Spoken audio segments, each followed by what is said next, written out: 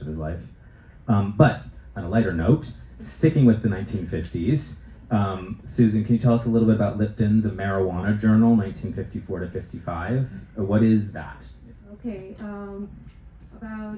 it was before COVID, I think, about 6 years ago, 8 years ago. Thank you, Mike. Mike asked me if I'd be interested in looking through Norman's journal called Lipton's, and would I be interested in editing it with him? And so I said yes, of course. I started reading it, and it was very, very difficult reading because it wasn't literary. It was bullets. You know, so 1, 2, one idea, 2, and they were all numbered as well. So it was 1 idea, 2 ideas, 3, 4. There were like how many?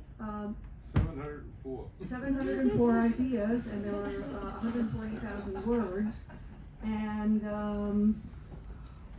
we had to make some sense out of it so that it could be readable for somebody who would be interested in reading this. So first we took out a lot, we edited a lot, then we put it back in. We read it about 3 or 4 times, and the more we read it, the more we were sort of hesitant to take out material.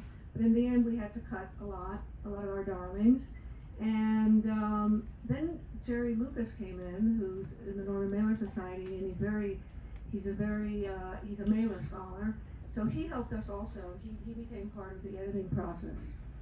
Now, one of the interesting things and the beautiful things that happened with this book, with the making of this book, was that we felt that we had to have Robert Lindner's and Norman Mailer's letters to each other, because they were very good friends at that time, from the late 1940s to 1955, 56, when Robert Lindner died.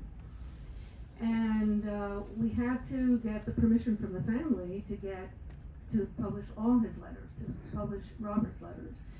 So Don and Lennon went on this hunt to get one of his kids' email, or some kind of Instagram. I don't know if it was Facebook or something. You found her on Facebook, right? I was using Google. Okay, so it was somehow just on the internet.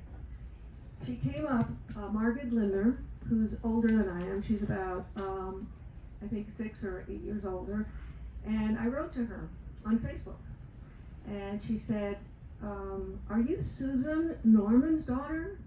And I said, "Yes." "Are you Robert's daughter?" And she said, "Yes, I am." I said, "Well, I really like to talk to you." So anyway, we spoke on the phone, we wrote to each other, and I remember the first time I spoke to her, I hung up and I started crying, because they were such good friends, Robert and Norman, and here I was talking to his daughter. It was like, it's like going through time and touching someone that I hadn't known about very much, but that reading the letters had been so close to my father. So I just felt it was a momentous moment, pardon the repetition. It really was momentous. So Lipton's has 2 sides to it. It has his ideas, which are seminal ideas to all of the things that he wrote later on. And that's the fascinating thing about Lipton's, is that many, if not all of his ideas are in bullet form in that book. He also writes about his fears about sex, about marijuana, and all the ideas that he got from marijuana, and how he entered the caverns of his mind and traveled to insanity and came back. And those passages are very powerful. And then at the end we have the letters back and forth. So I think it's a very interesting book. It's not necessary to read it, to sit down and read it from page 1 to page 200. You can jump around and read what you're interested in, but I think that the letters give it a whole human aspect that is just very touching and moving. Sounds like it's